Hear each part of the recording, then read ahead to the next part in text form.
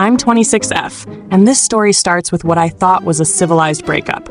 My ex and I had been together for almost 3 years, and when it ended, I didn't have the money or time to move out immediately. So we agreed, like adults, that I could take a few weeks to sort things out while he stayed in the apartment too. At first, everything was fine. Awkward, sure, but fine. Then I started noticing little things missing. A hoodie I loved, a blender I swore I left on the counter, a couple of books from the shelf. I chalked it up to stress, or maybe misplacing them in the chaos of packing. But then I got this weird sinking feeling one night when I opened the fridge. Half the groceries I bought 2 days before were gone. I asked him, and he just shrugged. I thought you weren't going to finish them. His tone was so casual, but it didn't sit right with me. A week later, I was scrolling through Facebook Marketplace when something caught my eye. My exact blender. Same scratches, same model, even the same sticker on the side. I clicked on the profile selling it, and my jaw dropped. It was him. My ex. He was selling my things online under his name while I was still living there.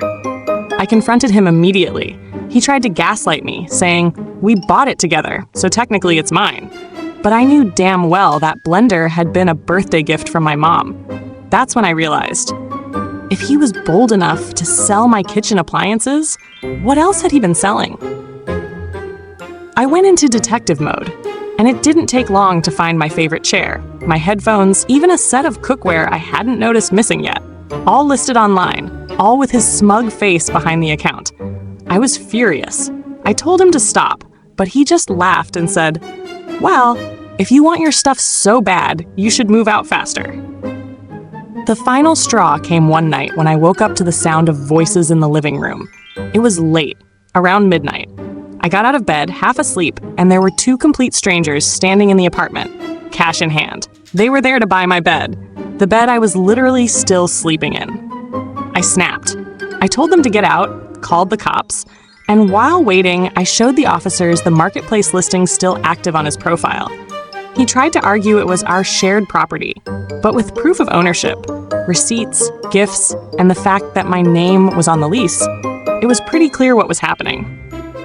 The cops made him take everything down that night and warned him about theft charges, but I wasn't done. If he wanted to play dirty, I could play dirtier. I took screenshots of every listing he had ever posted. I saved the messages between him and buyers, where he bragged about offloading junk. Then I posted it all on our town's local Facebook group, the same one where half the buyers were from. The comments blew up instantly. People called him a scammer, a thief, a lowlife. Friends of friends stopped associating with him overnight. The humiliation hit harder than any legal threat.